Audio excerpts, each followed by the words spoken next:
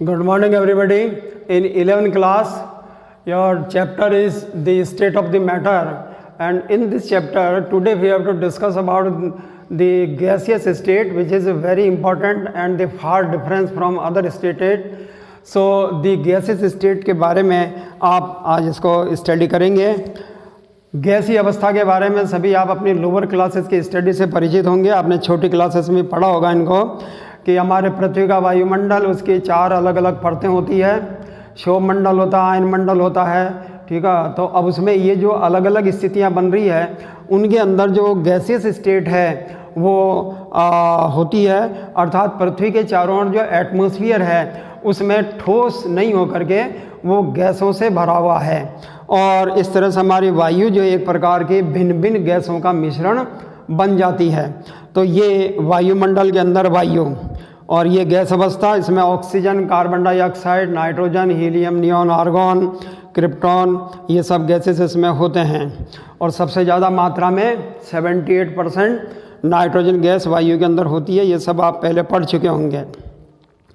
गैसों के बारे में एक विशेषता ये है कि यहाँ पर इनका आयतन जो है और आकृति दोनों ही निश्चित नहीं है, जबकि द्रव और ठोस में आयतन और आकृति निश्चित हो जाती है कि आप द्रव को भी आयतन के रूप में पढ़ सकते हैं। आप यहाँ पर आयतन जो है वो पात्र के आयतन के समरूप होगा, अर्थात जिस गैस को जिस पात्र में भरा जाता है उसकी आयतन और उसकी आकृति ही उस गैस की आकृति और उसके आयतन के बराबर होती है।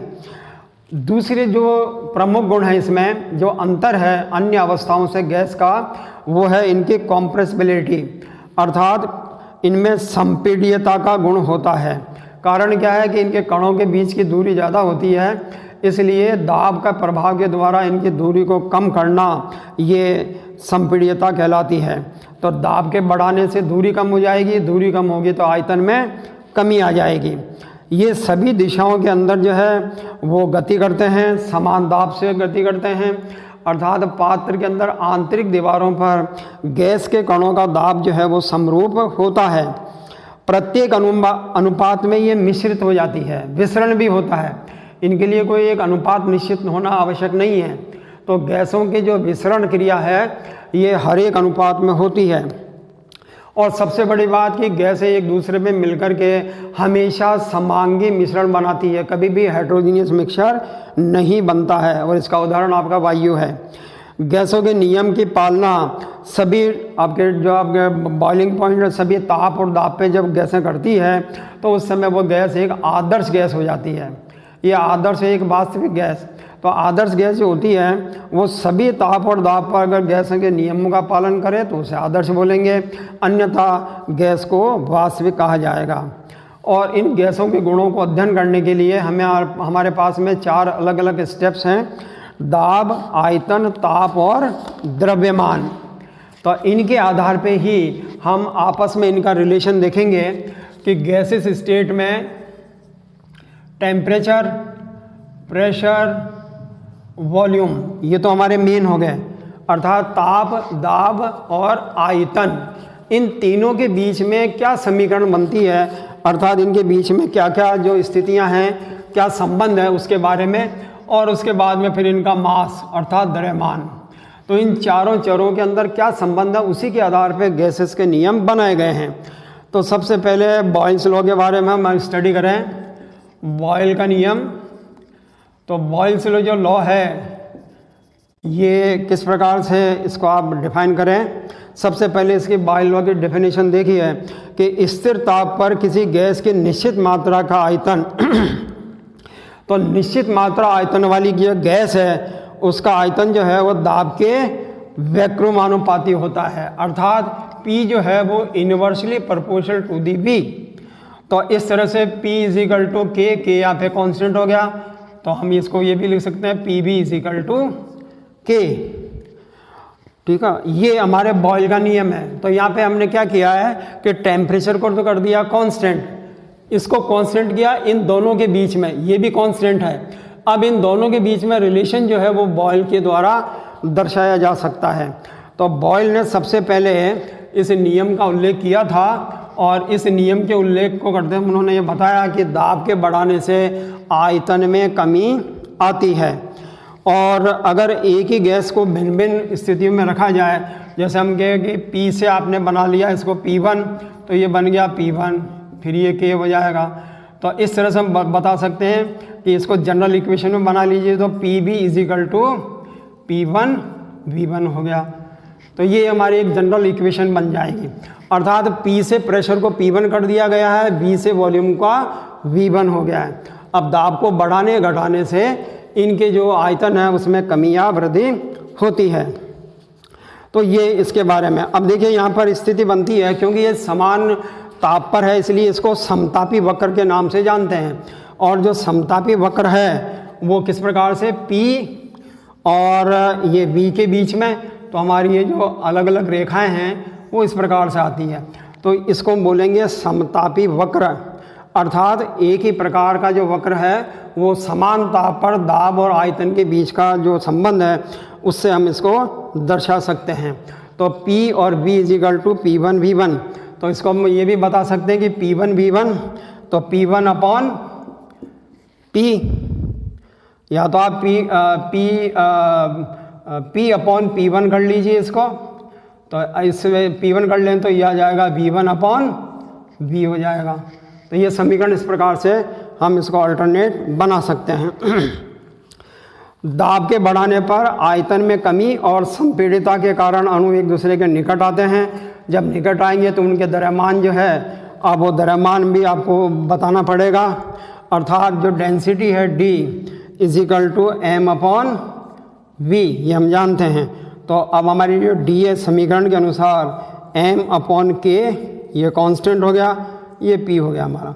तो कहेंगे कि जो डेंसिटी है वो दाब के समानुपाती हो गई, क्योंकि ये दोनों कांस्टेंट हो गए। तो हम कहेंगे कि गैस का घनत्व है उसके दाब के समानुपाती होता है। तो इस तरह से हम इसको बॉयल के नियम को एक्सप्लेन कर सकते हैं। तो इससे संबंधित आपके न्यूमेरिकल पूछे जा सकते हैं। अब हम इसी गैसेस स्टेट का दूसरा जो नियम है उसके बारे में अध्ययन करें। ये जो नियम है वो आपका कहलाता है चार्ल्स लॉ।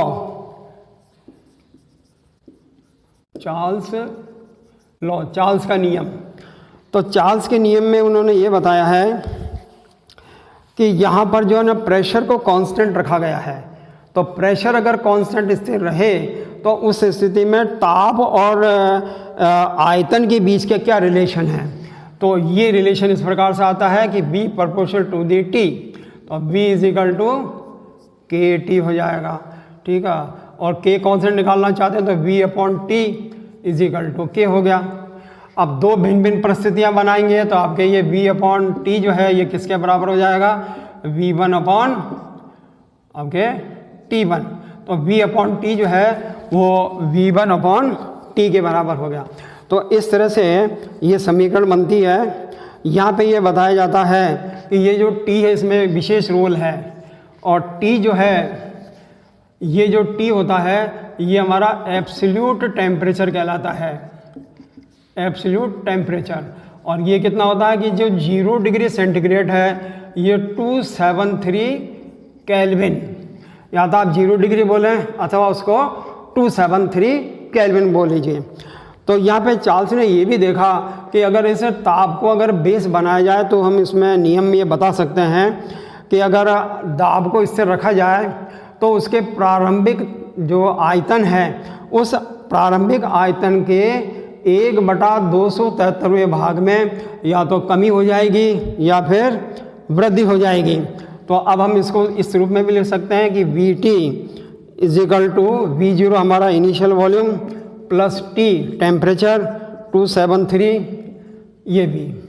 तो प्रारंभिक आयतन के 1/273वें भाग में वृद्धि हो जाएगी। V0 में आप इसके 273वें भाग को जोड़ दीजिए। इफ T इजिकल टू 1 एक हो तो, अगर 2 होगा तो 2/273 हो जाएगा। ये हमारा अंतिम आयतन, ये हमारा प्रारंभिक आयतन।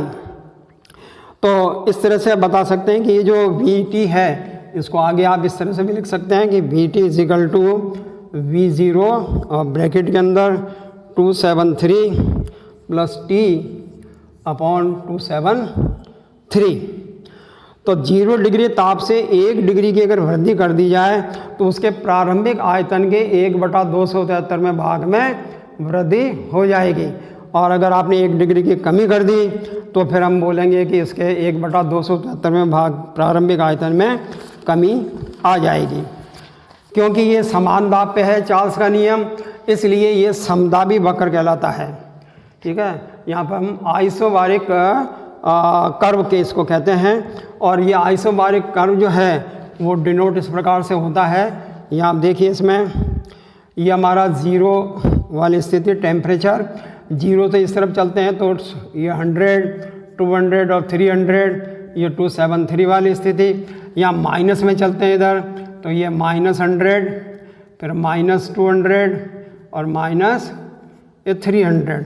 तो आप देखते हैं कि ये जो 300 वाली 273 वाली स्थिति है इसमें कर्व इस प्रकार से बनेगा। तो ये T हो गया, ये आपके वॉल्यूम हो गया V और T के बीच में। तो -273 केल्विन पर आयतन 0 होता है। ठीक है, ये हमारा P1 और P1 और ये P2। तो 0 आयतन पर -273 डिग्री सेंटीग्रेड गैस द्रवित हो जाती है। इस आयतन पर गैस नहीं रहेगी, बल्कि वो अब द्रव अवस्था में आ जाएगी। बहुत कम दाब होने पर या उच्च दाब पर गैसें बॉयल के नियम का पालन नहीं करती है।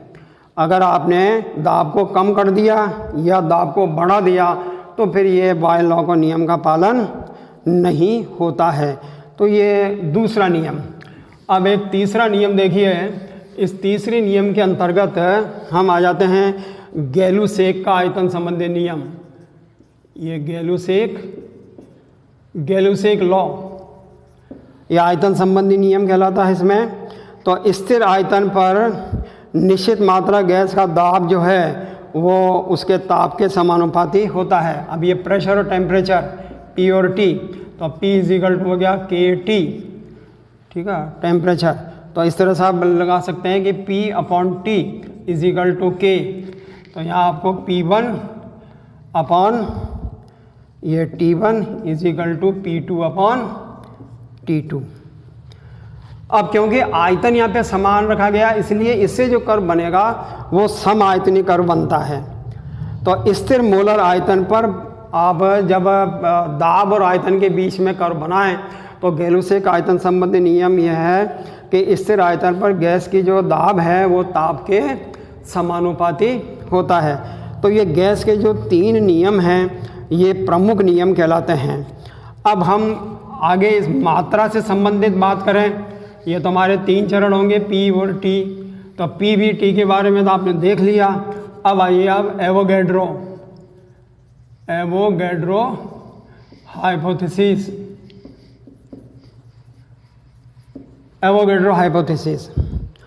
तो समान ताप और दाब पर गैसों में आयतन अणु में संख्या समान होती है। अर्थात अगर एक ही परिस्थिति में रखा जाए समान ताप और दाब P and T both are the constant, अगर ये कांस्टेंट है आयतन भी समान है तब कहेंगे कि V proportional to the N।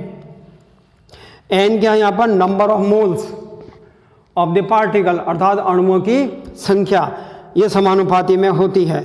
तो V = क्या हो जाएगा? Kn हो जाएगा। अब N = अगर आप यहाँ पे 1 मोल कर लीजिए, ये 1 मोल हो गया, तो उस समय अणुओं की संख्या कितनी हो जाएगी? 6.02 × 10⁻23। ये अणुओं की संख्या होगी।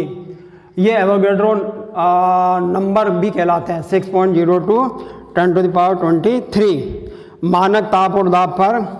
जबकि एक बार अगर पार्टिकल हो, हमारा दाब कितना हो? 1 बार, और 1 बार बराबर कितना होता है? 10⁵ पास्कल। तो उस स्थिति में जो आयतन है वो 22.7 लीटर हो जाएगा। इसको हम स्टैंडर्ड STP के नाम से जानते हैं। और ये जो नंबर ऑफ मोल्स N है, ये N = हो जाता है M/M। M जो है वो मोल वेट है, M हमारा गिवन वेट है, ये N होता है। इसलिए इसको समीकरण में आप पुटअप करिए तो ये हो जाएगा Km/M। तो इससे आप मोलर वेट भी निकाल सकते हैं कि M = m/v, ठीक है, अर्थात m/v is equal to density. तो अब हमारा m इज इक्वल टू हो जाएगा kd। तो अब हम कह सकते हैं कि द्रव्यमान किसके समानुपाती हुआ, घनत्व के समानुपाती हो गया, ठीक है। तो गैस का घनत्व है उसके मोलर द्रव्यमान के समानुपाती होता है।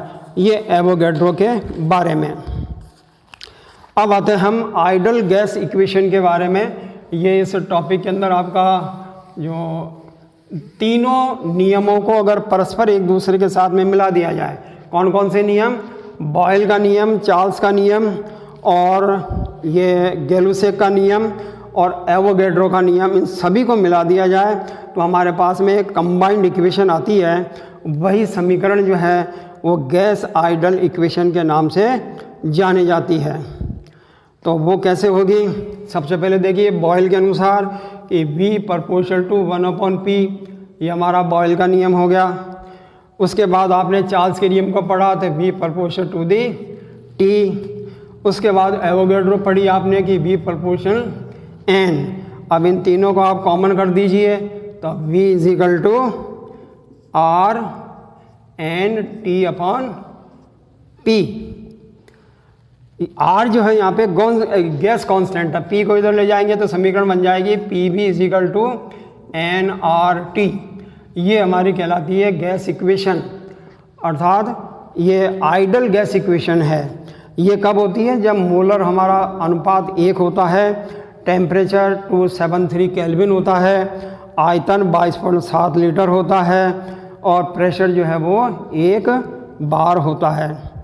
तो R जो यहाँ पर गैस कांस्टेंट है, ये सभी गैसों के लिए एक समान होता है। तो R की वैल्यू अगर आपको निकालनी है कि गैस कांस्टेंट की कैलकुलेशन करें तो R is equal to PV/NT। अब इसमें अगर आप इन सभी के मान रख दीजिए, ये 10⁵ पास्कल हो गया, ये 22.4 लीटर हो गया, ठीक है, 10⁻³ ये मीटर के अंदर कन्वर्ट किया इसको, ये 1 मोल हो गया और ये टेम्परेचर हो गया 273 केल्विन। तो ये जो कैलकुलेशन है वो लगभग 8.314 × 10⁻7 अर्ग पर केल्विन पर मोल आती है, ठीक है। तो ये जो मान है ये सभी गैसों के लिए समान है। अगर परिस्थितियां समान रहें तो सभी गैसों के लिए R का मान समान रहेगा।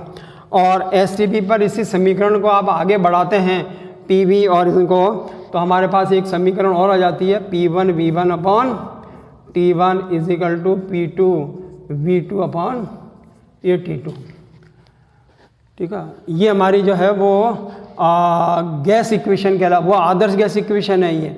ये गैस इक्वेशन है, इसको संयुक्त गैस इक्वेशन भी कहते हैं, कंबाइंड गैस इक्वेशन।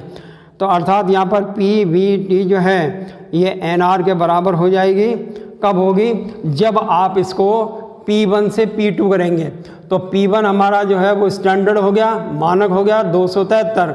T1 का मान कितना हो गया, T1 अगर हमारा इसको लें तो ये हो जाएगा आपका 273, ये 1 बार हो गया, ये 22.4 लीटर। तो प्रेशर कौन सा, किस प्रेशर पे आप किस ताप पे V2 के मान की कैलकुलेशन कर लेते हैं। तो इस तरह से हम देखते हैं कि अगर हमें 5 के मान मालूम हो तो छठे का मान आसानी से ज्ञात कर सकते हैं। इसलिए इस इक्वेशन का उपयोग जो है वो गैसों के कैलकुलेशन में बहुत ज़्यादा होता है, कहीं अधिक होता है, और कई जगह इस गैस इक्वेशन का उपयोग हम करते हैं। तो ये आपके इस यूनिट से संबंधित, और ये यूनिट अब आपका यहीं पे समाप्त होता है, गैस यूनिट।